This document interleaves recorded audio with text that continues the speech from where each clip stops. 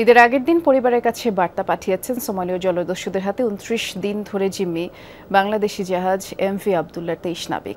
বার্তায় তারা জানিয়েছেন, দিনের বেলা কেবিনে, রাতে ব্রিজে থাকতে দেয় জলদস্যুরা। সপ্তাহে একদিন পানি ব্যবহারের সুযোগ পান, একদিন স্যাটেলাইটে ফোনে পরিবারের কাছে ফোন করার সুযোগ দেয়, খাবার হিসেবে দুম্বার মাংস সরবরাহ করে, আর মাঝে মাঝে টেস্ট ফায়ারিংয়ের শব্দে পুরো জাহাজ কেঁপে ওঠে।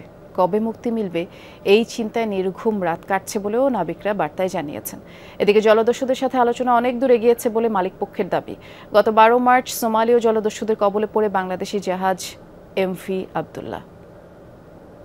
পরিস্থিতির কারণে এখন আমরা সবাই যেমন দুম্বার মাংস খেতেও অভ্যস্ত হয়েছি, তেমনি সপ্তাহে একদিন ১ ঘন্টা করে পানি ব্যবহার করতেও অভ্যস্ত হয়েছি। কবে নাগাদ মুক্ত হব সেটা ভাবতে ভাবতে সারা রাত নির্ঘুম কাটানোর অভ্যাসও আমাদের হয়ে গিয়েছে এবং প্রায় সময় টেস্ট ফায়ারিংয়ের শব্দে পুরো জাহাজ কেঁপে ওঠে।